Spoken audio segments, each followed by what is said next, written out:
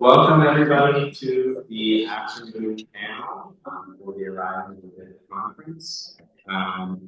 We spent the morning kind of analyzing our current political moment in our various topic breakout groups. We heard from an awesome panel about the current situation in Palestine.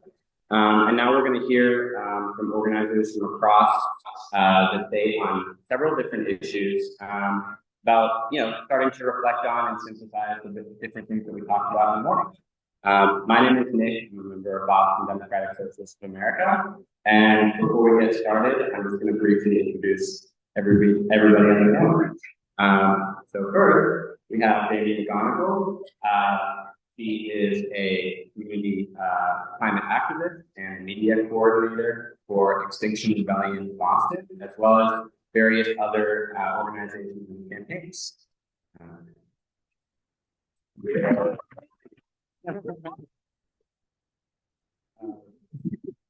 Next, we will have Harris Brewer.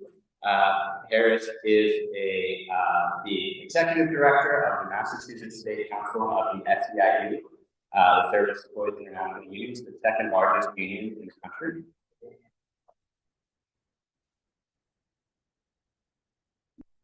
Liv Santoro in the middle.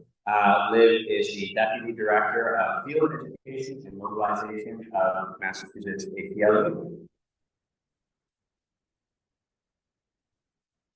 On the fourth there, we have Dr. Alexandra Shields. She is an associate professor and the director of the Masters in Public Policy program at the Heller School at Brandeis University.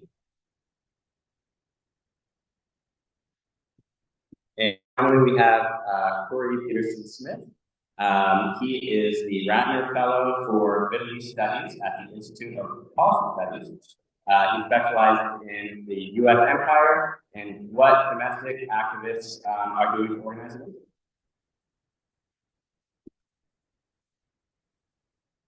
So first, we're going to hear a little bit from each of the panelists, and then after their speeches, we're going to collect questions from the audience. So without further ado, I'm going to jump it off with Jamie McGonigal.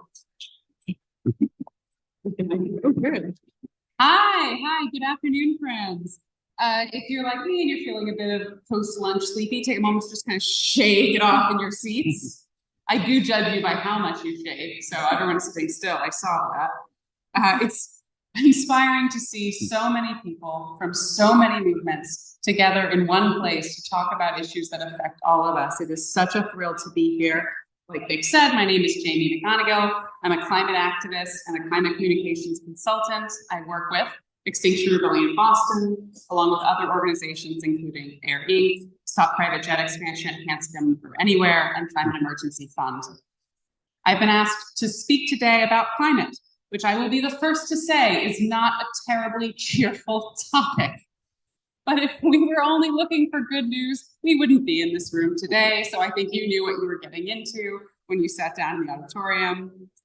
We are here to look at the truth and to make a plan together. So let's get into it. Where do I have to point it for it to work? Point it at him, if anything. Does it work? Metaphor for something. So let's get into it. The state of the climate. I might have to say next slide. That's fair. The state of the climate is dire. Government agencies have already confirmed that 2024 was the hottest year on human record. Nice. This month, after an extremely warm summer and fall and an unusually dry winter caused by the climate crisis, wildfires in California have destroyed more than 12,000 square miles. At least 25 human lives are lost, and the fires are still burning. Told you it was not sure. I was honest. A few months ago, the southeastern United States was devastated by 2 hurricanes, which took at least 256 human lives. In Hurricane Helene, the town of Asheville, North Carolina was destroyed 277 miles from the coast. I want to put that in perspective for you. That is farther inland farther inland than the entire state of Massachusetts by nearly 100 miles. That is almost 2 New England states in from the ocean. The hurricane devastated that town. 2 weeks later, Hurricane Milton became the second most intense hurricane ever formed in the Gulf of Mexico in human history, and it made landfall in vibrant and historic Sarasota, Florida. In the interest of full disclosure, I'm a native Floridian. I was born and family still lives there. My father's place of work was completely flooded by Hurricane Milton, which was difficult to focus on because my stepmother had gone missing while traveling through North Carolina when Hurricane Helene suddenly changed course. She survived, and my father's employers will rebuild. But we cannot pretend the climate crisis is not affecting us all today. Meanwhile, so satisfying. Meanwhile, climate activism is facing severe oppression in the United States. Peaceful activists are receiving trumped-up criminal and civil charges amid mounting evidence of collusion between corporations, lawmakers, and state security forces. For example, 21 members of Extinction Rebellion Boston and Extinction Rebellion Vermont are still dealing with legal repercussions and court dates for protesting the expansion of Hanscom Field last April. They have still not gone to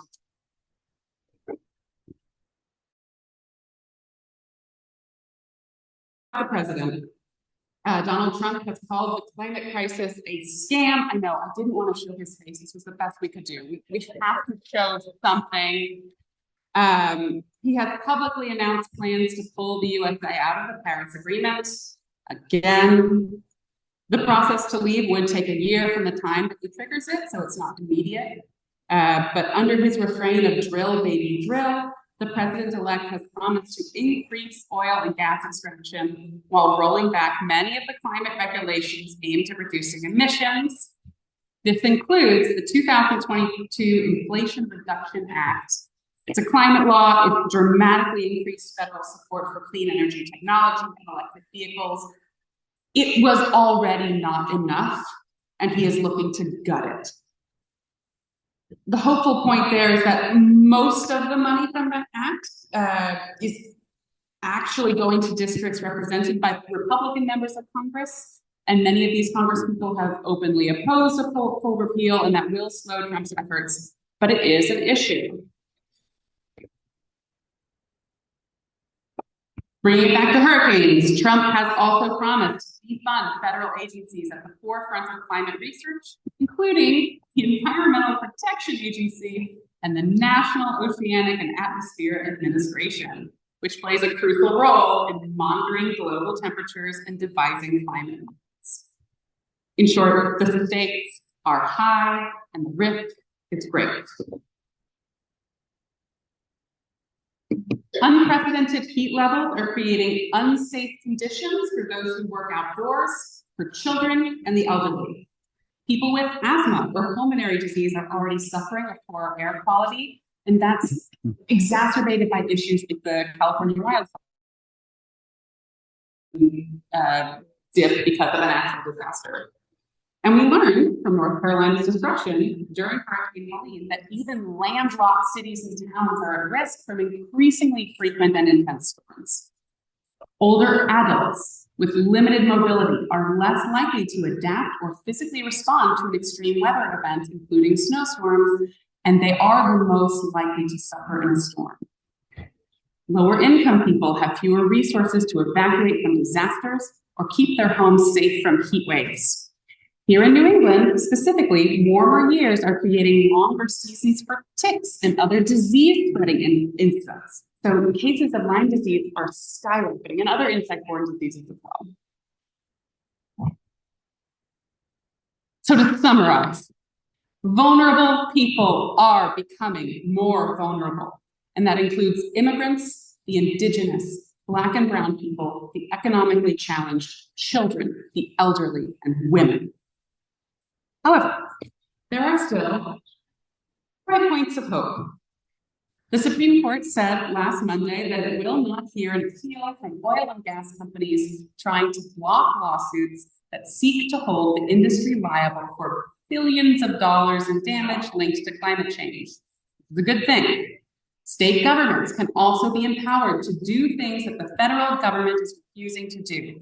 For example, Massachusetts is part of the United States Climate Alliance, which has committed to the Paris Agreement, which we talked about earlier, regardless of federal involvement. So even if Donald Trump pulls out, technically, through this agreement, Massachusetts will still follow the rules of the Paris Agreement. California has already begun sending their own representative to the United Nations Climate Conference. Massachusetts could do the same. More states can do this, but they will not do it without pressure. We are in a time when civil disobedience has become close to a moral imperative. Our lawmakers, even at a state level, have proven their inclination to ignore petitions and polite requests. Arrests are not necessary to get the point across, but disruption is. Extinction Rebellion Boston, the organization we represent today, is just one organization that leads free workshops in nonviolent direct action, which can be used to protest injustice across the board. Today, it is 2025. Scientists say that in 2029, Earth will very likely reach a key warming threshold. There is no time left for the old methods of change. Drastic action is necessary now. And we are lucky to live in a state with a governor who sells herself as a climate leader, and it is our responsibility to demand that she holds her actions to that image. She has the power to support legislation that will face an immediate ban on new fossil fuel infrastructure, including private airfield expansions, which are a major driver of climate change. We have the power to stand where we are not supposed to stand, say what we are not supposed to say, and refuse to lead. We have the power to give those in positions of responsibility no peace until our futures and our children's futures are safe. We must do this now. And we cannot pretend that attending conferences, even excellent ones, is the same as action. And it is an excellent one. Because this hurricane season, my stepmother might not be so lucky. Your daughter might overheat on a hiking trip. Your best friend could struggle to breathe. Donald Trump might be our president now, but there are many more of us than there are of him. And if we all shout, the noise will be deafening. Thank you.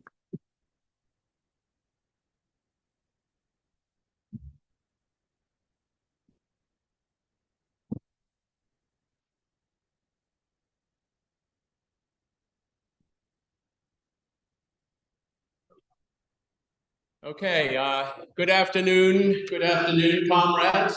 I'm going to start a talk on economic justice with the iron law of capital. All of us live under the iron law of capital in America and pretty much across the world. What is the iron law of capital? The rate of return must be higher than the rate of growth. Okay, now what does that mean? That means that when the economy grows, we might all benefit. The investors have to benefit more.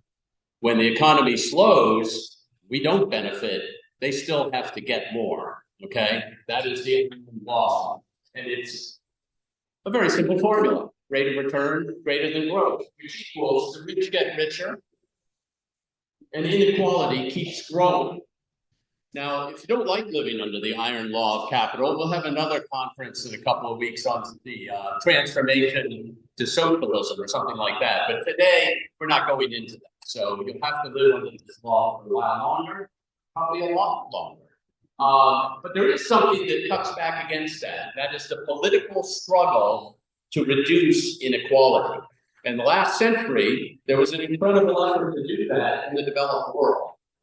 And 1943 was when it was staged in, and it created a base of equality until 1973, when it started to decline again, quality began to decline. One person put it, for 5,000 years up till here, it mattered more who you were the child of and who you married than what you did in life. For 2 generations, it sort of mattered more what you did in life. That was a very golden age of capital, if you like. And since then, it's returned to it being more important whose child you are and who you marry. Okay? Now, why did 1873? Some would say this data caused a crisis of profitability. In other words, the iron law of capital. Rate of return is not higher than growth at this point, and that caused a major backlash. Okay, so what built that great American middle class that the Mesa represents?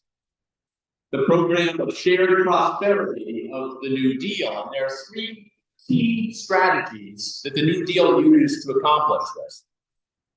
The first is in civil society. In other words, in the private sector, you have the workers' right to collectively bargain for their share of the produce that they're making at work. And here's FDR saying, if I want to work in a factory, the first thing I do is join the union. And what he really did was he created the National Labor Relations Act with his team. And that quadrupled the number of people in unions in this country and gave them incredible clout and bargaining. Second thing is in civic society, and by that we usually mean the public sector. He really instituted a major program of government transfer payments. That's where you tax people who have money and make sure it goes to everyone, and particularly to the needy. And in the New Deal, that's called the wealth tax. The wealth tax was a 94% tax rate on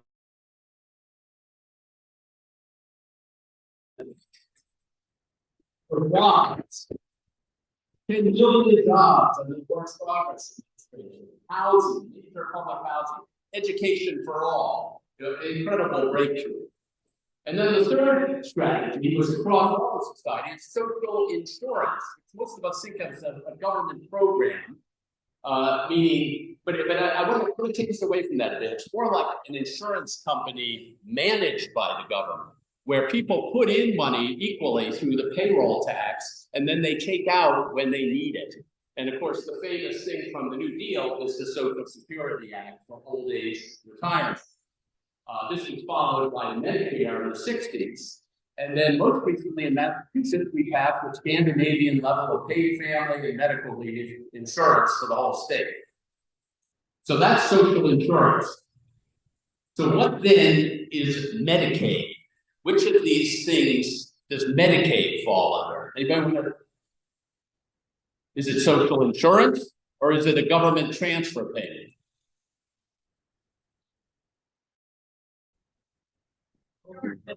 Okay, we think of it as insurance, but you know what? It's not. It is a government transfer payment because it is based on using taxes, on income, on investment income, and wealth at a higher rate than others in order to provide the needy with health insurance. So think about it like this. You may have heard from each according to their ability, right? And there I mean ability to pay taxes at a higher rate. To each according to their need, those who need care, okay? Social insurance is not that. Social insurance is from each according to their labor, to each according to their labor. It's a great security of equality, but it does not create equality. Medicaid is a transfer payment that does. So what happened to shared prosperity since 1973? Union membership. Okay? It was almost a third of the workforce, goes down to 10% today. Why? Because, again, that crisis of profitability, companies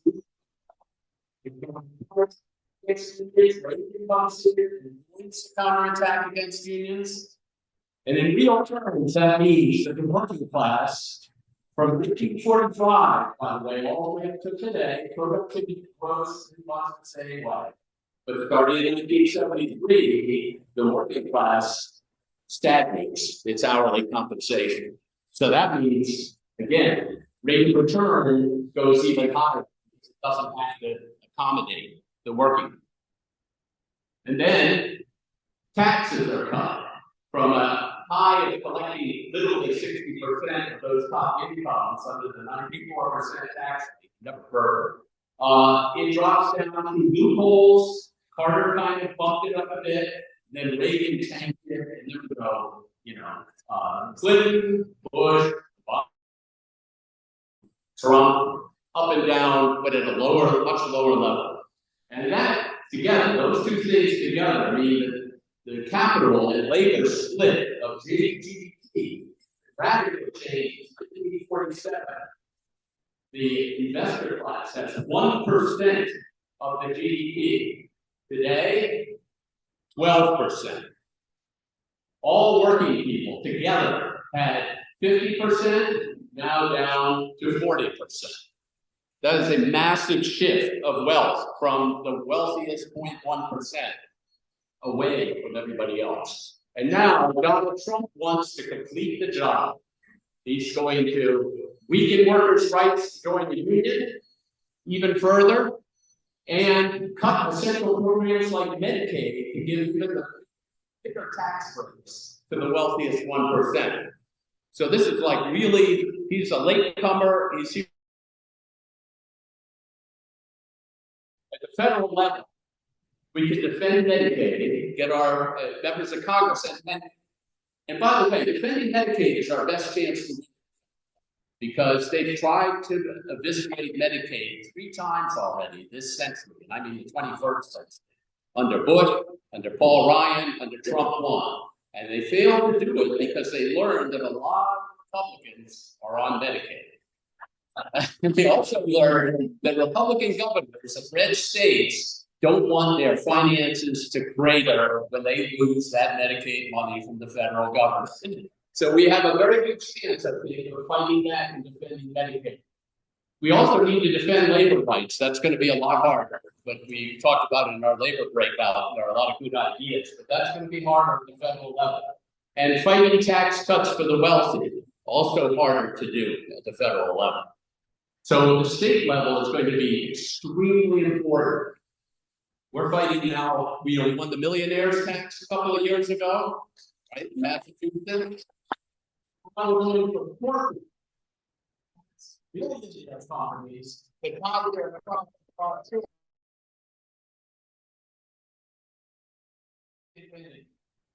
We need to win rights to form unions at the state level. We've been doing that for years. Personal care attendants, family child care providers. Just this fall, a ballot question for Uber drivers. We need to rewrite the rules so we don't depend on federal help to form a union in Massachusetts. Then we need to stop cuts here to health, human services, and education. We've done it before, we can do it again. We will do it by raising revenue on these billionaire corporations. So thank you very much.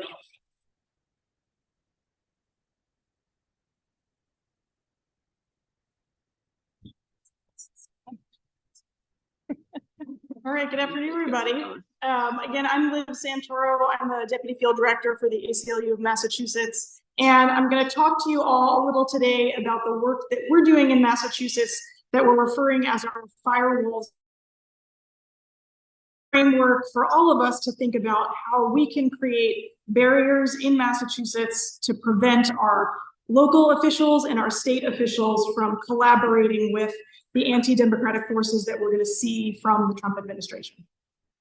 And I should, start off by saying that none of this work that I'm talking about is done alone. I know as you move into your breakouts this afternoon, you're going to be talking more about coalition work and the actions that you can take. And so I want to start by saying that all of the bills that we're working on the state level and on the local level are done in collaboration. And I'm going to be calling on all of you to join us in that work.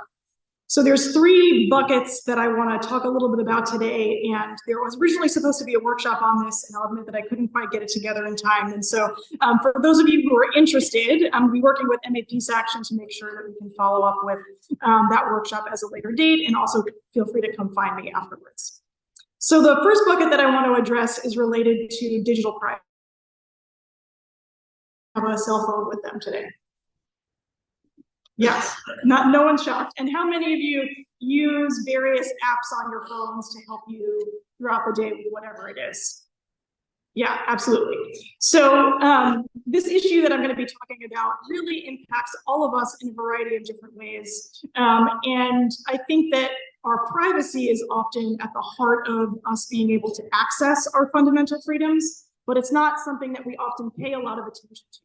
It's not always in our face the way that other forms of oppression or things who are making it difficult for us to get by are.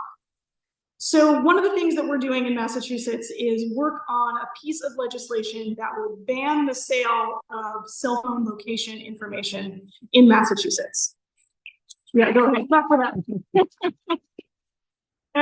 And so just out of curiosity, because I didn't know this before we started working on this, how many of you are aware that there's an unregulated market right now of people that we call data brokers who purchase that location information on your phone and can sell it to anybody with a credit card? I see some hands up. Awesome. All right, great. This is a very educated group of people on this issue. And so in Massachusetts, there are no laws or regulations in place to prohibit the sale of that location information. And it creates a lot of dangers for lots of different reasons. So one of the things that's great about living in Massachusetts is that we have really robust reproductive freedom laws and access to abortion. But yeah, clap for that. But one of the ways that the sale of cell phone location information threatens our ability to access that is by making it potentially dangerous for people to visit abortion clinics if they know that their cell phone location information can be bought and sold on the open market. And there are already examples of this. It's not a hypothetical. So last year, there was a report that came out that showed that there was an anti-abortion ad campaign that was carried out that specifically targeted people who visited abortion clinics, and they obtained that information by purchasing cell phone location information. And these data brokers will package this information. Here's the information for people who visited Planned Parenthood clinics across the country. We've seen this play out in lots of other ways as well. There was a Catholic church in Denver that purchased cell phone location information to out gay priests, and they were eventually forced to step down. Groups like the Heritage Foundation, which I think folks are familiar with, a right-wing think tank, has purchased cell phone location information to detail the movements of undocumented immigrants in our country. This is a threat to domestic violence survivors, to folks who are seeking gender-affirming care. The list really goes on and on and on. And so we often organize around these sort of top-level issues, reproductive rights, trans rights, but we don't often think about the privacy that we have to protect underneath that. So for the second legislative session in a row, we have a 2-year legislative session here in Massachusetts. We're coming back this year again with the Location Shield Act, as it's called. So if folks are interested in getting engaged on that, there's going to be lots of opportunity to talk more. The second bucket that I want to address briefly is related to immigration. So the ACLU, along with lots of other organizations across Massachusetts, are supporting a bill that we're calling Dignity, Not Deportations. And so let's clap for dignity and not deportation. Now, the reason that we're supporting this bill is because we want to detach Massachusetts from federal immigration enforcement. And there are a couple of different ways that we can do that. There are contracts that exist right now called 287G contracts. And these contracts are agreements between local law enforcement and ICE that deputize local law enforcement to act as ICE agents in their own communities.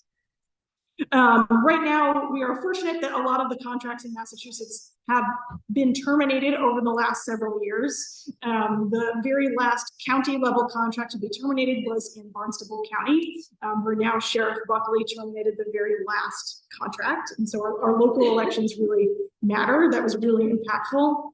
But we still have a 287G contract on the state level with the Department of Corrections. And so we'd like to see that contract terminated, and we want to prohibit any future signings of 287G or other collaboration agreements with the federal government. And then the second kind of contract is one that allows our local jails to rent bed space to ICE. And there's one jail in Massachusetts right now in Plymouth County that still has that kind of contract. And we want to terminate that contract and prevent the signing of future ones, because we know there is lots of evidence. The Detention and Watch Network, for example, put out a report, and we hear this across the board when we talk about building cages for people, is that if you build it, they will fill it. And so we want to terminate the contract that allows you to create bed space for ICE. And so we're referring to that as dignity, not deportations. And it's not just work that we can do on the state level, but there's also related work that we can all do on the local level. And that's something that we call welcoming cities. I think sometimes you've also heard them referred to as sanctuary cities. We primarily call them welcoming cities, as you know, there's some connotation with sanctuary cities. The federal government sometimes likes to target those, and so we'd like to call them welcoming cities. And these are laws that, again, are prohibiting collaboration between ICE and local law enforcement. So this is on the city and town level, where we don't want local law enforcement to be questioning people about their immigration status, holding people for ICE. We don't want to be using our local Massachusetts tax dollars to aid in any way with federal immigration enforcement. And so there are lots of places across Massachusetts that have welcoming city-like policies. Since Trump was elected, we've already heard from 17 cities and towns that want to either re-up their welcoming city policies or figure out how they can create one in Massachusetts. And this is a really good local level barrier that you can create to prevent this kind of collaboration. And then the last bucket I want to mention before passing the mic to Alexandra is this really big bucket of free expression work that the ACLU engages in. And there's lots of different things that fall under this, but I want to specifically highlight the threats to learning that our students are experiencing in schools. And so I'm curious if in the town or city that you live in, if you've ever seen or experienced an attempt to ban a book in your child's school or in your community school. I see a few hands. Do you mind shouting out where you're from? The folks who. Greenfield, Massachusetts. Greenfield. And Concord. And so I was encouraging you to shout your towns out, because I think that we often think that like banning books is a thing that happens like in other parts of the country in more conservative states. But consistently, Massachusetts ranks pretty high up on the list for attempts to ban books in schools. And the American Library Association has a lot of fantastic resources about what that looks like. And so there was also, I don't know if we have anyone here from Great Barrington, that's quite far out for you to come today, but you might have recalled that in the news there was an incident where a police officer actually showed up in the classroom of a teacher who was teaching the book Genderqueer, which is one of the most banned books in the United States. And a police officer showed up and interrogated that teacher in her classroom because they had received a complaint. That teacher has since filed a lawsuit, as she should.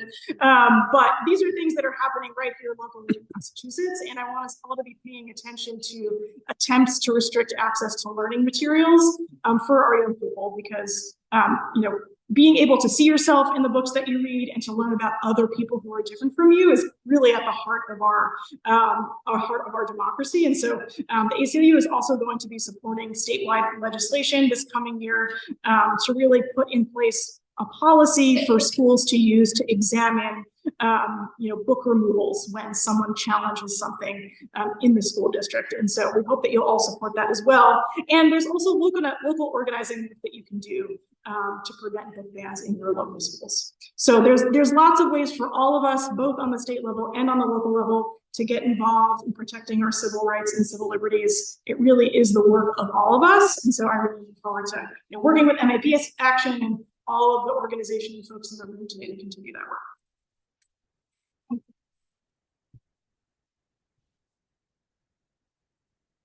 Please.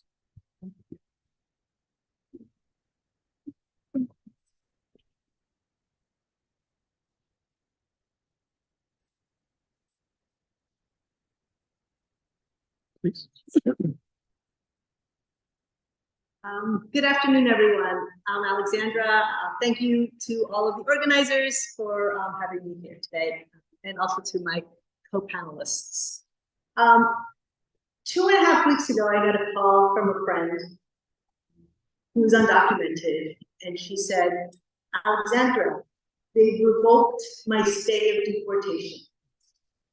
And my heart fell, and I said, oh no, Rosa, what happened?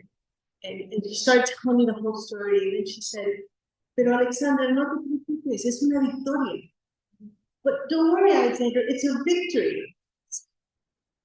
What are you talking about? And she said, no tengo miedo. I am not afraid. So I want to talk about the way the organizing at my former organization, I guess the slide before said, the Ethics County Community Organization that I ran for a decade. And we organized around immigrant rights, we talked about Rosa and many others, and we used this theory of power. And I think all of us are here because we need to build power. Is that right? Yeah. And at the end of this convening, hopefully we'll be talking about the ways we're thinking about power. This is one tool among many. I really like this tool. It's from a brilliant organizer and social theorist, John LaVenta. He worked in Appalachia. He wrote this wonderful book called Power and Powerlessness, Rebellion and Acquiescence in an Appalachian Town. Oh, there. And he says there's 3 dimensions to power. The first is who wins and who loses, the first dimension. Let's say an election, right? Someone wins, someone loses an election. The second dimension of power are the rules of the game that dictate who's going to win and who's going to lose. So, for example, gerrymandering, voter suppression laws, etc. And then the third dimension of power are the myths, the narratives a society has that justifies who wins and who loses at the First Amendment. So, in our election, for example, it could be this: the United States is a democracy. That's the myth, right? And so, no matter if there's irregularities, well, those are anomalies. People are democracy, right? The American dream, the Statue of Liberty, those are all the myths that just pull yourself up by your bootstraps. Those are justification myths. So I'm going to talk about immigration and the work that we did organizing based on these. So here's Rosa, who I was just talking about, when we won the state of deportation during the first Trump administration. There were about 300 people outside of the borders in Burlington, and we had months of organizing, letters, protests.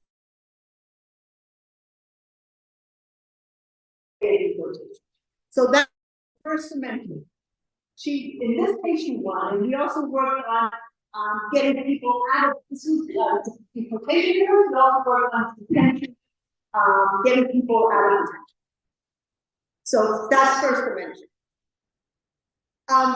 This has a lot to do with what Liv just was sharing, that is targeting law enforcement. So I want to go to that second dimension of power, the establishment of the rules of the game. And in that area, we targeted local state police. I based in Lynn, and so we worked all through the North Shore, and in particular in Salem and Lynn. We prevented 2 sheriffs from signing agreements so that there would be no beds for immigrants. Policies, and they weren't all overtly sent to the city. Some of them were covered, and I like this idea of welcoming.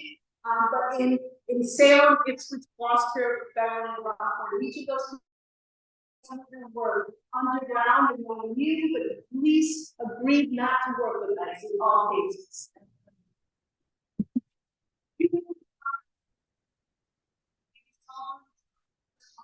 Here we are in front of Governor Baker's house. So we have easy access to it. And we were pushing for a driver's license because that's the way people get arrested, right? as you know, and also, the Safe Communities Act. We also held a large, children's march. We had over 300 people, about 100 of the children marching through the State House, singing songs, and then culminating in about a 5-hour, can't really sit very well, but here are about 30 clergy sitting right at the entrance of Governor Baker's office. You know, clergy can preach. They were on and on for hours. It was great. So, key strategy to target that second dimension of power. And as you know, legislative work, we've got some good ideas. And that is the narratives and the myths. And I believe that these are all important levels, but this is really key because it is the justification for all. And it is also the hardest to change, but it can change national myths and narratives.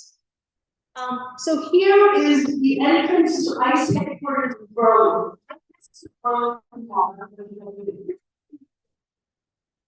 Okay, here's the thing. So we asked to see each other outside of ICE headquarters. And you can't really see, but there are about 5 kids at the entrance or sitting with their children on top of their laps, including myself. And we sat there because we knew we would get arrested, and we wanted ICE to have to pull our children off of our laps and to arrest us. Right? Because imagine the visual, right? To break that, the narrative about immigrants as criminals, right? And to shift it to immigrants as mothers and children. Here's a closer shot.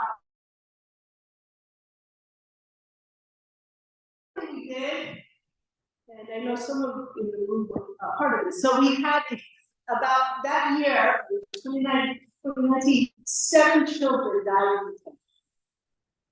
7 children under the age of 13 died in detention. We had a funeral. This is at the JFK Federal Building. Interdenominational, lots of different religions. With this house-sized coffin, which then we carried for 76 miles over the course of 6 days through all these small towns that welcomed us at the press conferences, that have local newspapers talking about it. And the idea was to change the discourse that immigrants are a threat, that immigrants are terrorists, that immigrants are terrorists.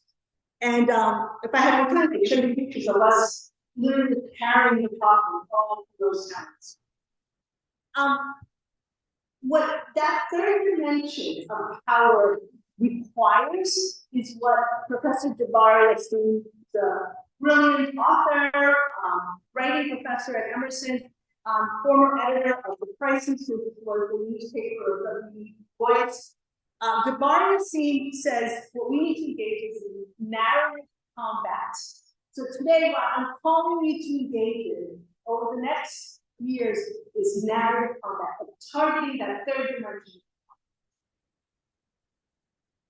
And in closing, you can see I have a picture of a canary and also of a mine.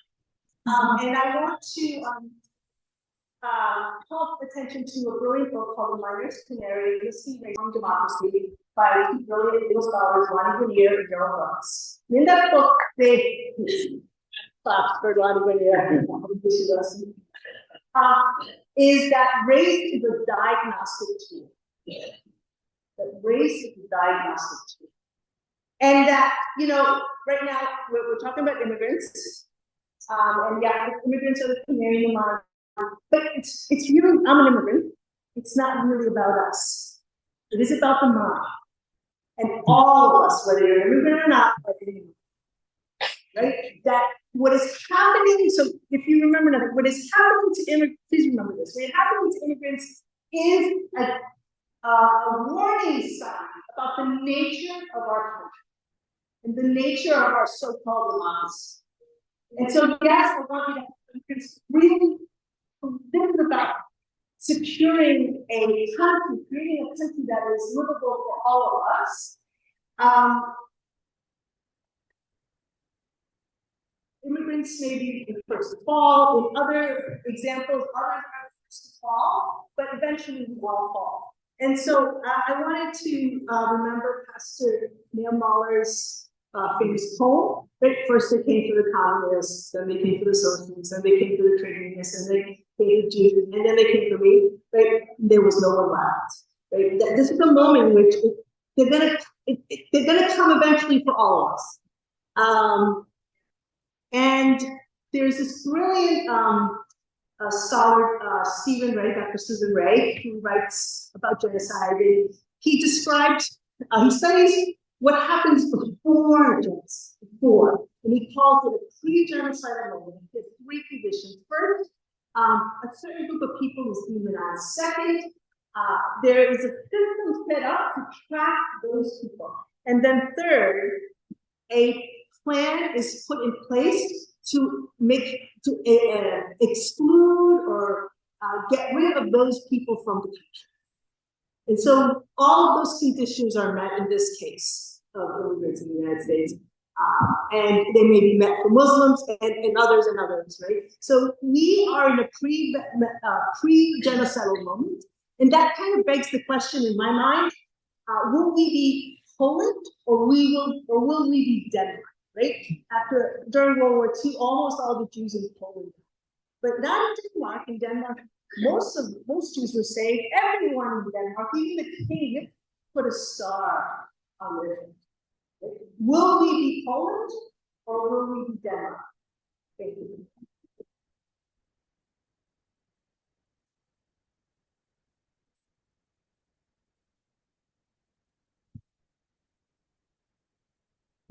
Good afternoon, everybody. This conference is incredible. Big gratitude to the organizers for making this happen.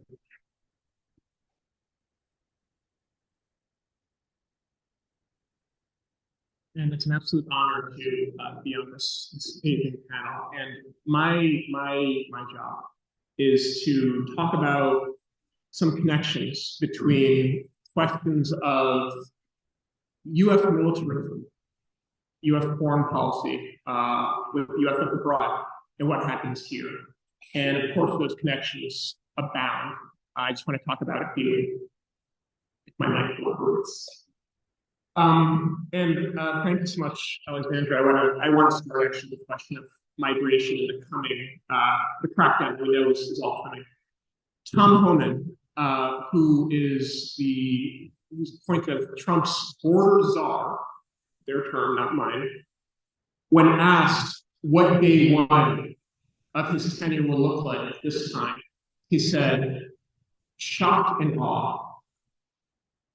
He did this in a television interview. He said, shock and awe, and he smiled. He said again, shock and awe.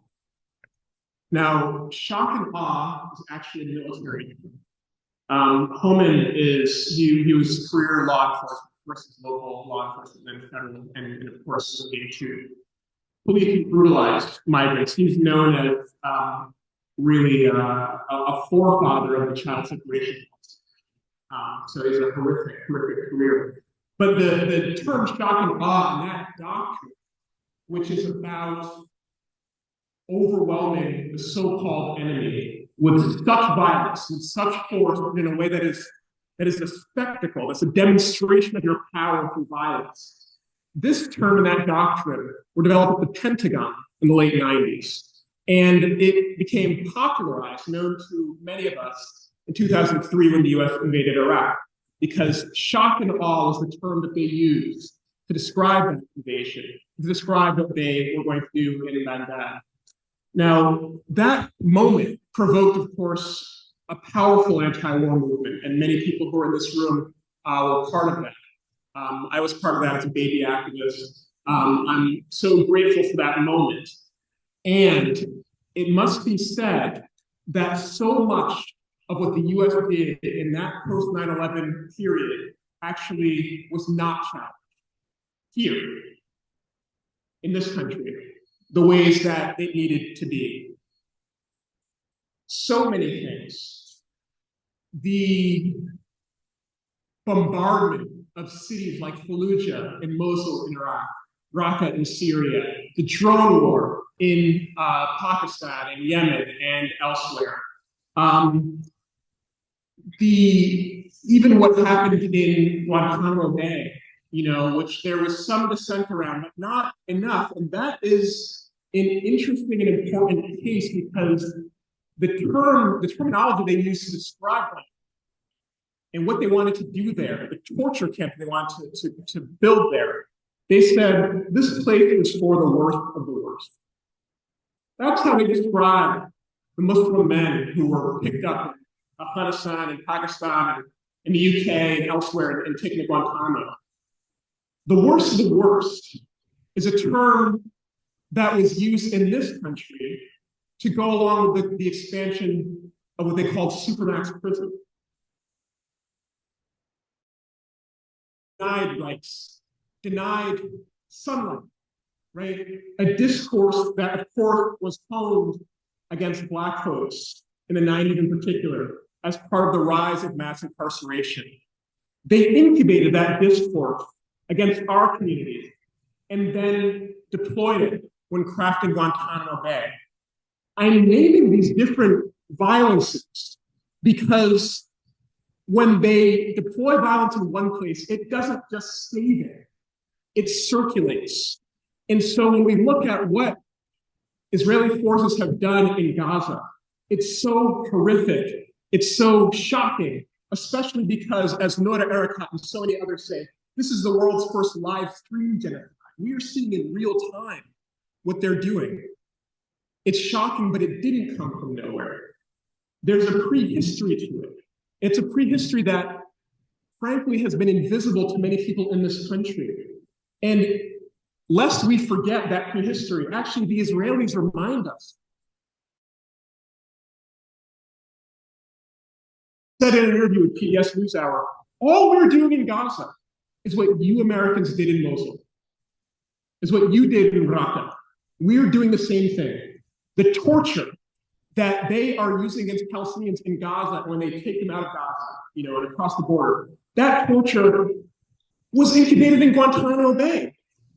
And the US got away with it. Obviously, Israel, they're quite practiced. They've been developing colonial violence for a long time. But when these discourses are deployed here and they're not contested enough, there's consequence, right? This is the importance of confronting this violence everywhere.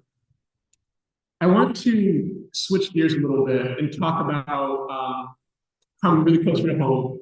There was an incredible action last August, right before the Democratic Convention, but not another bomb act. A lot of people here were part of that.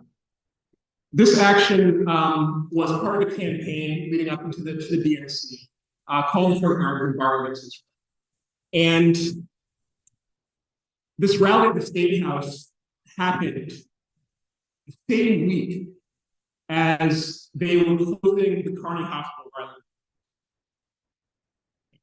And I went to a hearing in Dorchester about the closing of the Carney, where there was a packed room, and they had all these city and state officials saying, we're sorry, we just don't have the money to keep this hospital open. And that hearing happened on the day that Congress passed supplemental funding, another nearly $18 billion for Israel. And so, for Israeli weapons, to speak precisely. So, this, of course, is familiar, folks are familiar with this notion of the violence carried out by this country or its allies, but then how they come up short when it comes to needs like hospitals and schools and so on, right? That framework of money for war rather than for schools and hospitals is extremely important, and we should talk about that. But actually, that week, I realized that it was even more insidious, because the same week that they said that the Carney will be closing and that Neshoba Valley Hospital will be closing, northwest of the city, they said that they found the money to save St. Elizabeth's and Brown in a wider neighborhood, right? So they didn't have the money for Dorchester, Black, immigrant, Latino, Asian, working class. But they had the money when it came to Brightly. It's not a question of whether they have the money or not. Of course, we should fight for, we need to slash the Pentagon budget, maybe we'll limit the Pentagon budget. We need to cut all that funding and reinvest it in people's needs, of course. But this actually isn't about money. This is a country where officials, as part of their daily work, decide who deserves to live and who deserves to die.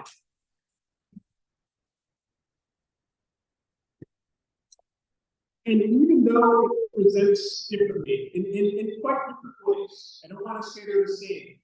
I do believe that that same principle is a line of connection between the funding to invade every single hospital in Gaza and to let the hospital close in Dorchester. They are deciding who will live and who will die. So at this rally, not in the bomb rally, I spoke to this. And it was really quiet. But as I was talking about the Carney and talking about how it's not a mystery what will happen, we know people will die when there's not a hospital nearby. I heard a voice in the silence say, "This is the slow genocide." Exactly. I'm not, I don't process information quickly. It takes some time.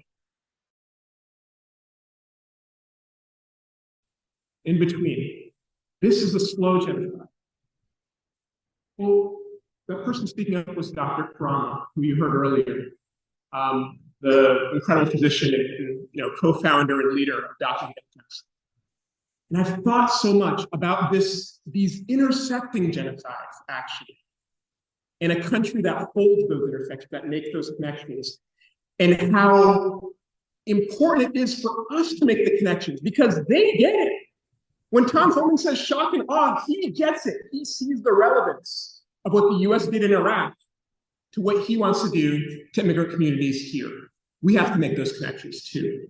So I want to conclude actually with something that my brother Rami Khouri said earlier about what has changed in this country as we go forward, as we think about making these connections. This past year and a half, I'm sure this is true for everybody in this room, none of us have been we're transformed, right? We'll never forget the unreal level of violence that we witnessed. We can also never forget that this past year and a half was a turning point in terms of a conversation out in this country. The level of mobilization for Palestine has simply never happened before this past year. For the majority of Americans to support a ceasefire, and then for the majority of Americans to support cutting aid to Israel, is a breakthrough. For the taboo of criticizing Israel to be over forever, there's no going back from this, is a breakthrough. No, think about it. Think about how we've been transformed, and think about all the young people on campuses and what they did this year. Many of them paid a price for it, but they will never forget what they learned. So when thinking about that, I just want to take a second to talk about the college encampments. And that too has a prehistory. Not only the incredible organizing of the Palestine movement, Palestinians themselves in Palestine, Palestinians here in this country, Students for Justice in Palestine, JVP, all these amazing organizations all across the country, but also the people who are college age now, 18, 19, 20, 21-year-olds. These people were in high school and middle school during the 2020 Black Lives Matter, which was a moment that also launched a massive anti-racist critique, made it popular, finally brought it into this country a conversation about slavery, a more honest conversation, which is not a superficial, that's going to the deep roots of this country, right? These young people grew up learning to interrogate and question these histories, and they saw people mobilizing and fighting back. And so it's a reminder that when we rise, we all rise. That's extremely important because as these attacks come from to retreat into our communities, no, we have to stick together. And when we rise, we all rise. So I want to conclude looking around this room and seeing all these veteran activists, people who have held it down for years, well before the majority of Americans were supporting cutting aid to Israel, when this work was much, much lonelier. I won't name names, but there's people in this room who've been mentors to me and many others. Y'all held it down. And now there's a rising generation that will not forget this, and that is going to keep rising and keep expanding in our outlook, and a generation that doesn't accept that this violence is normal. When I think about that,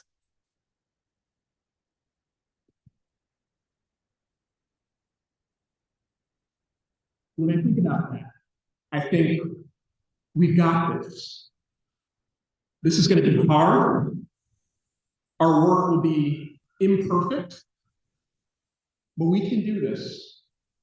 We will defend our communities. When I say our communities, I don't just mean Boston. I don't just mean this country. Our communities have no borders. All of our people in Palestine, in Syria, in Iran, everywhere. We will defend ourselves.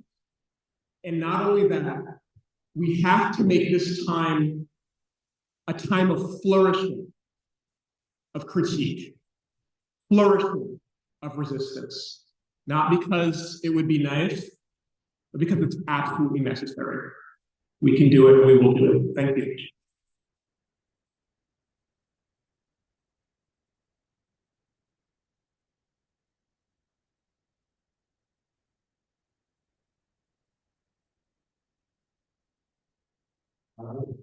I'm not going to put there. But I did want to open a few minutes for questions from the audience. We had a lot of thought-provoking and interesting things come out from the 5-part panelists. So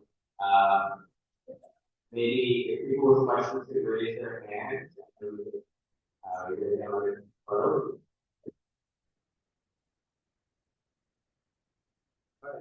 Thank you so much. I'm going to talk about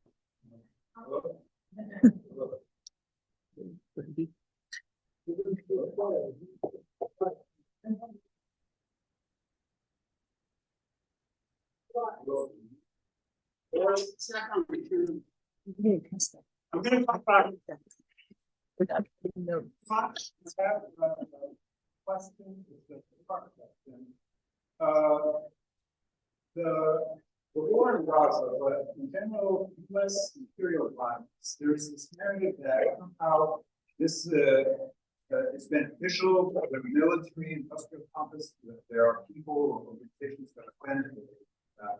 But there's also another narrative that this is actually bad for either U.S. economy or the public image.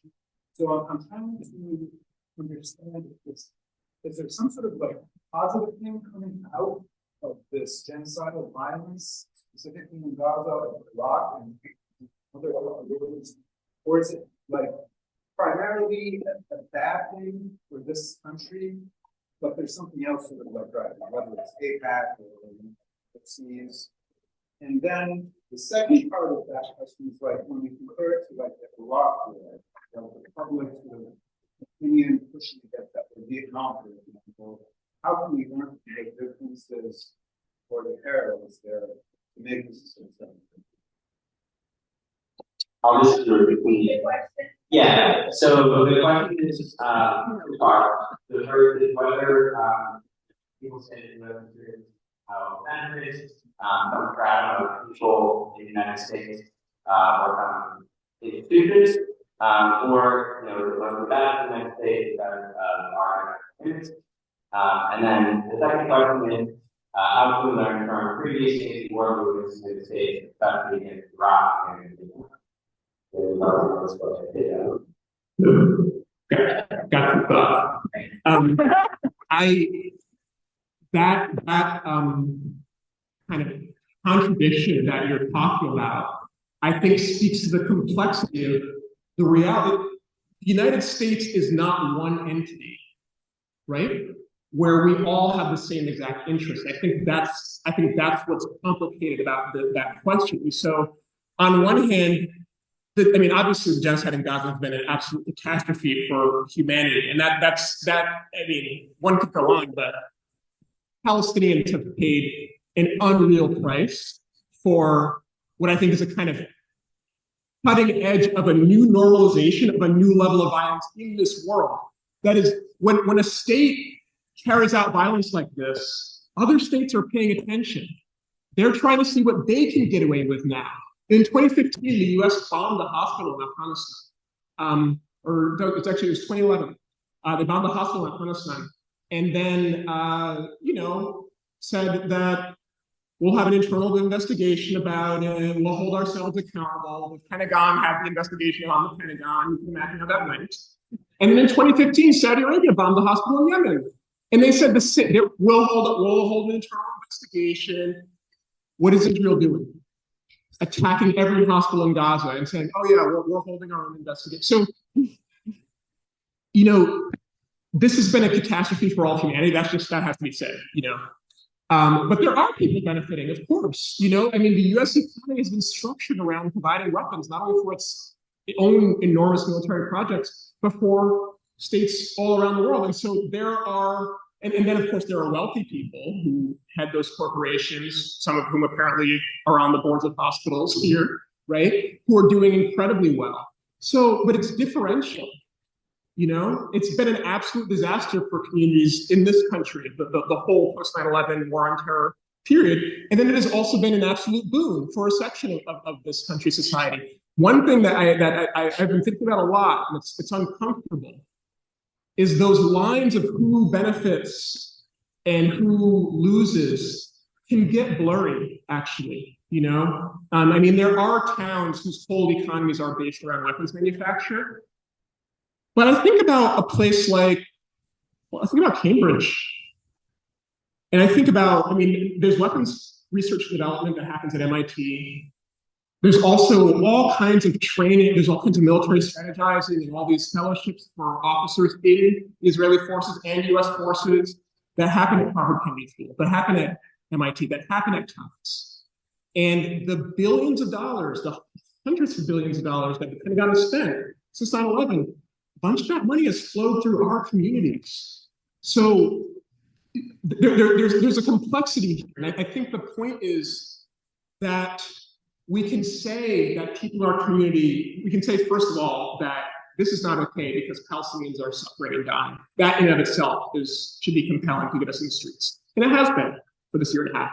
We can also say that people in our communities locally lose, but we also have to, there's a political project and a kind of moral imperative as well to say, what kind of communities do we want to live in, actually? Do we want to live in communities that are sustained by violence against others or not? And I think that we're for not only confronting this violence, but rethinking a society that enables and sustains this violence.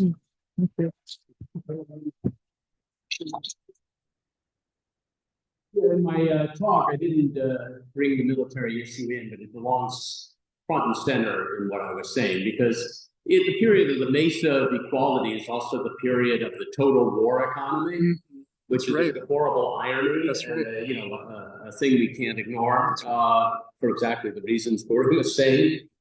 But what's interesting is in 1973, they decided to cut taxes for the wealthy, to cut unions, and put the power back in the hands, front and center of the investor class. In doing that, you got to think the income tax, where does the money go? There are really two buckets for the income tax, the military and Medicaid. And there are two completely different philosophies of government. One is Our job is to keep order in the world. The other is, our job is to care for people. And you can't cut the military because the people you're cutting the taxes for are the same people who profit from the military. So you can't cut their taxes and then cut their profits. You have to cut Medicaid. You have to cut human services. You have to cut housing for people, you know, the general people. So, I mean, I think a great point of unity with the labor movement and the peace movement has to be that question of what is the money for, how is it being used? And they have to look at it very broadly, because we just lived through a period under Biden that I call the Biden doctrine, which was just like the Truman doctrine that started the Cold War. For some reason, after he failed to do his big Medicaid funding, which our union was waiting for with bated breath, Build Back Better, failed. Then he turned to war with Russia, war with China, war with Iran. And of course, I put the Gaza under the war with Iran. It is part of the war on Iran. Okay, that is a major return to a full war, total war economy under Joe Biden. We haven't even gotten to Trump yet. Right. So, I mean, we are in a very, very dire place when you look at that, and we have to build unity between workers and that, even though workers were bought off by the, you know, during the Mesa of equality through good union jobs in door manufacturing. So, I mean, and also built a terrible alliance between the Democratic presidents who led us into all these wars. And I'm not just talking about Truman, I'm talking about Lyndon Johnson, I'm talking about JFK, I'm talking about even Clinton and Obama. Right. And I'm definitely talking about Joe Biden. That's right. You know, they led us into those wars, and we stuck by them because they were our presidents, and we protested only when Bush or Reagan or somebody led us into war, which they absolutely did, but they were their presidents. So we have to break that terrible hold on the American culture and political culture. Yes. We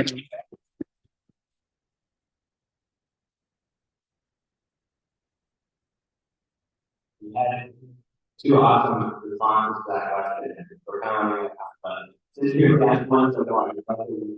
Yeah. And I'm not exactly asking the question of the story you put so in my heart. I mostly place one other piece of context. And I think actually Harris is leading on the president's total war place that we are already prior to the inauguration. I work on foreclosures and predatory loans, and we in Massachusetts are already under attack in terms of our rights to our homes. And I don't see that lightly. I really did wonder whether part of what was going on, but there is an internal land grab in a supposedly fully developed nation. It can be done for quite a long time before they have to resort to violence to kind of cinch the deal. And I do keep wondering whether part of it is just testing the American people's willingness to stand by and watch violence when land is being taken from people. But you need to know, we have the largest internally displaced population in the United States than any other country in the world. The UN recognizes internal displacement is done for economic reasons, not just because there's a civil war or something like that. The way it's being done is that in 1996, the banks put together a plan to use mortgages to undo our entire legal system around property. And for the last 4.5 years here in Massachusetts, the cradle of democracy, our housing authority, which is the vast majority of the people, have worked in development process rules. That is, you have no rights in an eviction case in Massachusetts, and you have for 4.25 years. You go in and say, hey, I got a notice and I have to be out of my house. There are a court case against me, and the judge already has to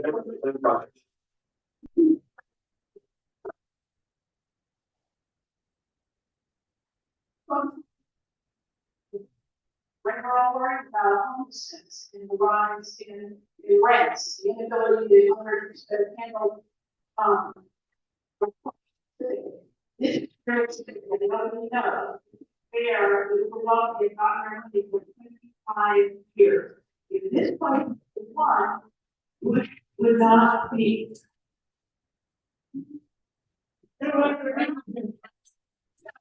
You need to have.